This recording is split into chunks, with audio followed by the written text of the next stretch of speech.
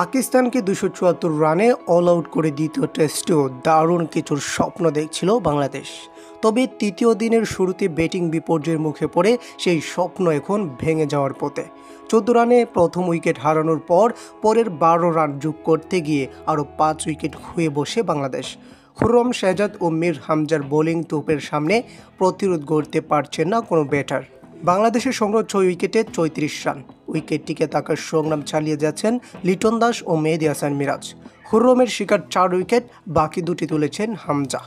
এদিন ১০ রানে দিন শুরু করে বাংলাদেশ মাত্র ৪ রান যোগ করতেই সাজঘরে পথ ধরতে হয়েছে ওপেনার জাকির হাসানকে। খুররম শাহজাদের বলে মাত্র ১ রানে সাজঘরের পথ ধরতে হয় জাকিরকে। খানিক পর ফিরে যান আরেক ওপেনার সাদমান ইসলাম। তিনি করেন ১০ রান, টিকতে পারেননি অধিনায়ক শান্ত। ৪ রানে খুররমের তৃতীয় শিকার হন তিনি। তৃতীয় হতে পারেননি মুমিনুল হকও। ব্যাটিং বিপর্যয়ে পড়ে বাংলাদেশ। সেই বিপর্যয় সামাল দিতে পারেননি অভিজ্ঞ মুশফিকুর রহিম ও সাকিব আল হাসান। দুজনেই ফিরেছেন দ্রুতই, তাতে ভয়াবহ ব্যাটিং বিপর্যয়ের মুখে পড়েছে বাংলাদেশ। চোখ রাঙাচ্ছে ফলোনের সংখ্যাও।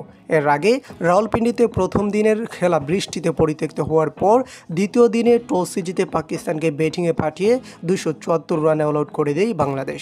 মেহেদী হাসান মিরাজ শিকার করেছেন ৫ উইকেট। পরে শেষ বিকেলে ব্যাট হাতে নেমে বিনা উইকেটে স্কোরবোর্ডে ১০ রান জমা করে দিনের খেলা শেষ করে বাংলাদেশ।